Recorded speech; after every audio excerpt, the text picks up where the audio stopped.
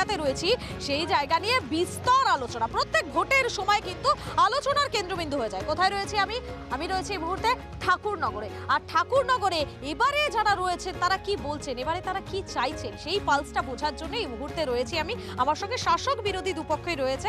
আমি প্রথমে শাসক দলকে দিয়ে শুরু করতে চাইবো। দেখুন, আপনাদের এই ঠাকুরনগর নিয়ে তো আপনাদের বিস্তর একটা আলোচনা চলে, বিস্তর একটা অভিযোগ হয়, কিন্তু এসআইআর ইস্যুতে এই মুহূর্তে দাঁড়িয়ে আপনারা কি বলবেন? এসআইআর ইস্যুতে যেটা বিজেপি ভেবেছিল, যেটা কেন্দ্রীয় সরকার ভেবেছিলেন, যে এসআইআর এর ভয় দেখিয়ে যে ঠাকুরনগর শুধু নয়, মানে গাইঘাটার বা বনগাঁর যে পূর্ববঙ্গীয় ভোট, যারা পূর্ববঙ্গীয় থেকে আগত যে সমস্ত নমশূদ্র ভোট এবং হিন্দু ভোটকে তারা ক্যাপচার করবে যেটা ভেবেছিল, আমার মনে হয় সেক্ষেত্রে এটা বুমেরাং। আপনারা বলতে চাইছেন এসআইআর দিয়ে আপনাদের ভয় দেখানোর চেষ্টা? একদমই এসআইআর দিয়ে কি আপনারা ভয় দেখানোর চেষ্টা করছিলেন? আচ্ছা, তৃণমূল মূর্খের স্বর্গে বাস করছে। এই মূর্খের স্বর্গে থেকে মানুষকে মিসগাইড করছে। তারা জানে না এসআইআর কি।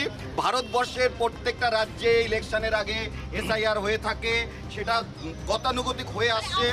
এসআইআর এর আগেও আমরা দেখেছি সেখানে কাদের ভোট মানে বাদ যায়, যারা বিবাহিত হয়ে অন্য জায়গায় গেছে, যারা মারা গেছেন।